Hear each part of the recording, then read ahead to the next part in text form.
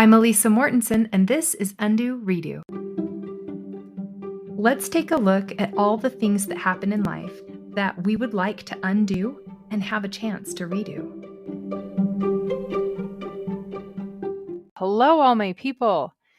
You guys have undone some things and you're practicing redoing them right now. Congratulations.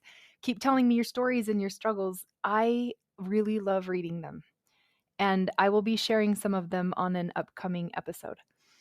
You guys, I am super excited for the retreat I'm hosting next week on November 3rd and 4th. The link to more information can be found in my Life Coach Elisa social media bio. When you're in a relationship or a situation that you find to be difficult for you and you have the same difficulty, that very same thing affect you over and over in the same way, it robs you. It robs you of energy and attention that you could be using towards other more important things in life. That's why I do these retreats, to lead you through the method I use to navigate your way out of that kind of trap. All right. This episode, you guys, is part 2 of decision minus comparison equals confidence. My little formula I made up. You listened to the first one, right?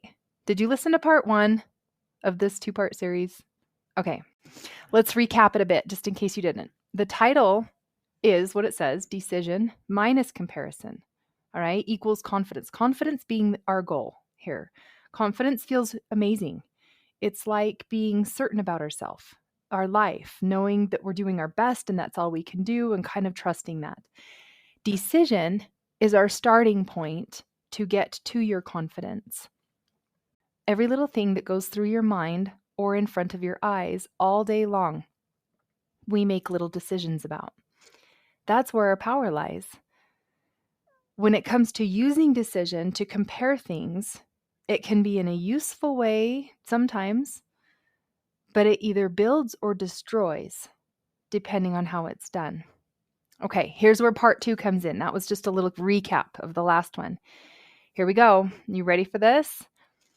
How we talk about comparison in this episode will be for using it to create our own awareness.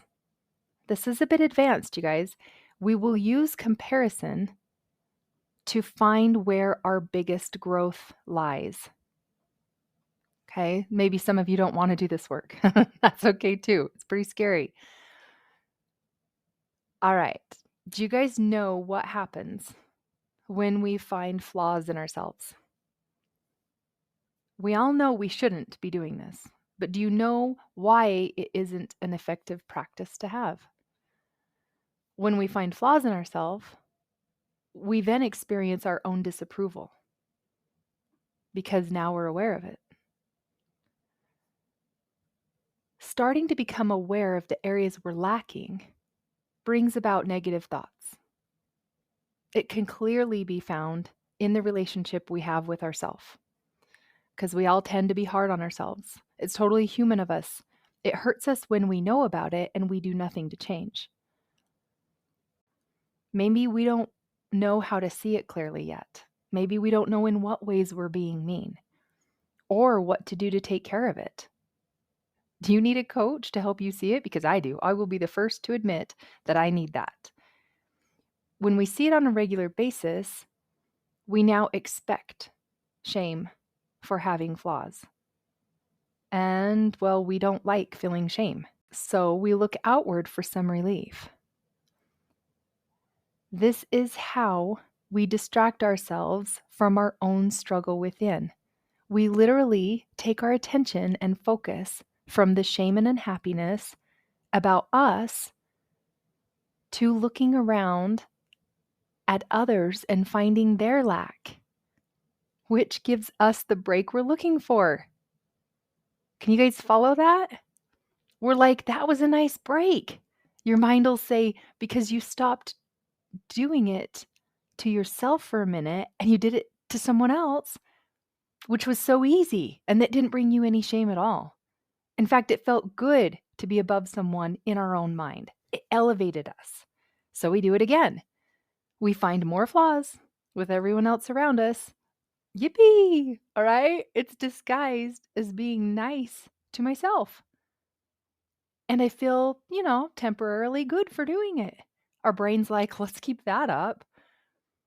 So we're oblivious to the fact that it will take a constant feeding. All right? Because every time we focus within, we don't like what we see. So let's just look outside of ourselves. We're so oblivious. We got to feed this beast. But we're up for it. That's why we keep doing it. It's like, here we go. Let's find the people who, in my opinion, are doing it worse than me. And it literally sounds like that. It brings a temporary hit of feeling better about myself. It's quite literally just taking the focus off yourself so you get a break from being mean to yourself. It seems nice, right? But it's laced with ego and with self-righteousness. Okay, the sentences, let's hear some. They sound like, at least I don't do it that way. Or they have it so wrong. Or I'm glad I don't do that. Do you hear it? It sounds like a noble. It sounds like a noble and kind thing. Slightly. Listen to this one. Can you believe they did that? It would be so much better if they blank. Tell me you can hear it. If asking what you think about yourself is a beginner way to find some areas in which you could address your confidence, then the next level way to address your confidence is kind of a hack question. You're going to ask your brain to find, in what ways do I judge others too harshly? Negative or demanding thoughts I have about myself are important to find. You guys, it's really important to me that I bring a gentle redirection and some compassion around what I find in myself or that I perceive as flaws, because I've been believing that about myself for a while. This next level question is, what are the harsh thoughts I have towards others? It helps me most to know that I judge others in the areas I am most vulnerable to shame. Let me say that one more time.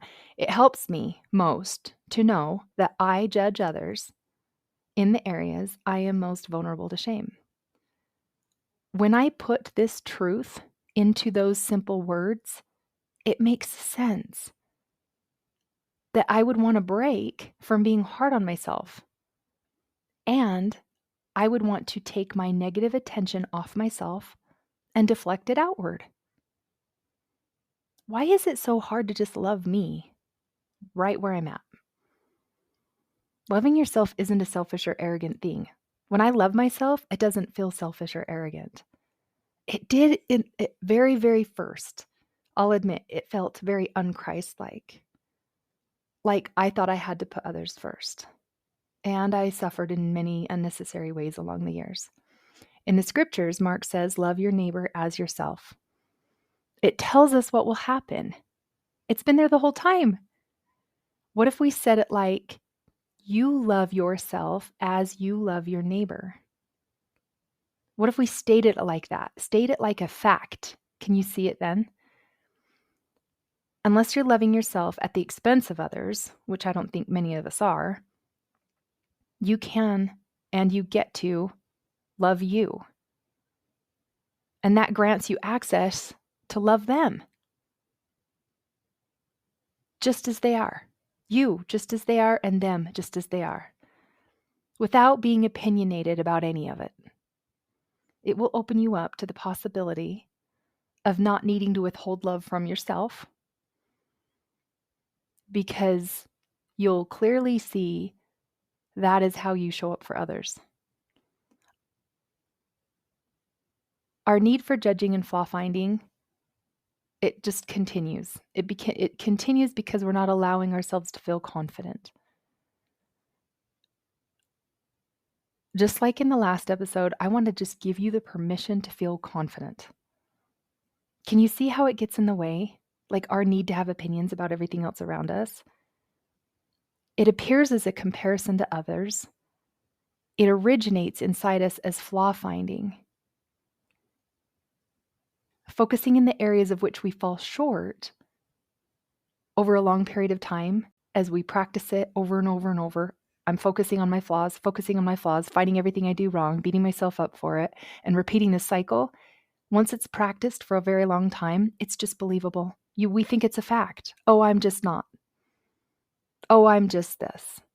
We dismiss ourselves. We don't love ourselves fully. We're making excuses as to why we really can't sit with ourselves. It's believable now. We've made it a fact that we're flawed. And it carries over into the way we see everyone else as well. It's like putting on a lens. Everyone else's flaws will become facts to us as well. We form our beliefs from whatever thoughts we have on repeat and replay. It doesn't matter if they're true. Then why is that the case? We care that all the information on the news, whether it's true or not, and everything on the internet, is that true or not? How come it doesn't matter to us that we have these thoughts on replay and repeat in our head and we never question them? It also doesn't mean they're true just because they've always been there. It's always going to feel better to call out others, you guys. It's always going to be easier to find everyone else's deficiencies than to tell ourselves our own. So here's my story in this. The other day, I made a comment to my husband as he was preparing himself something to eat in the kitchen.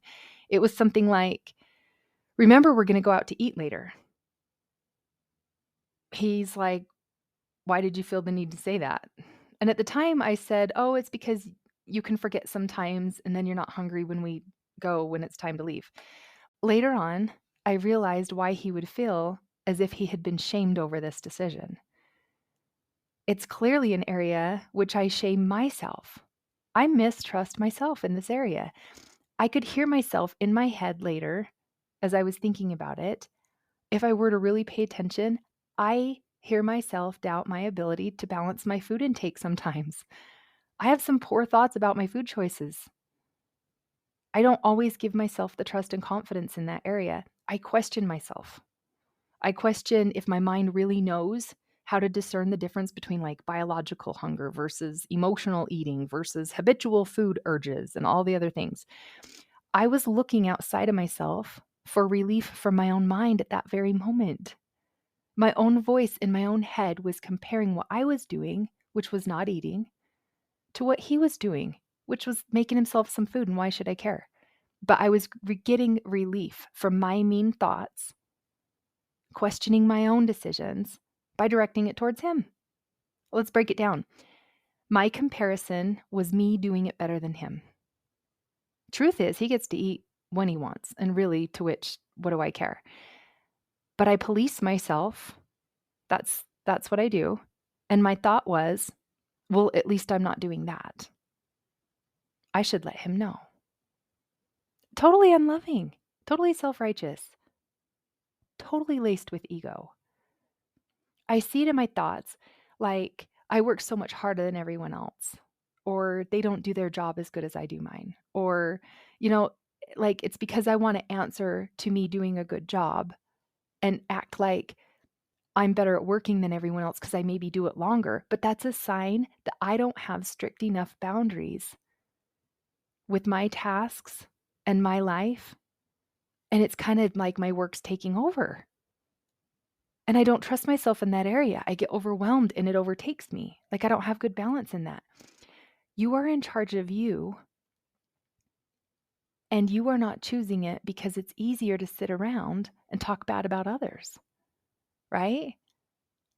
And not address where you could go make a difference in your own life. That's what's happening in my life. Instead of sitting around and putting some boundaries in place where I feel like I get the rest I need and the physical strength that I need and putting in these things, I sit around and bash talk everybody else.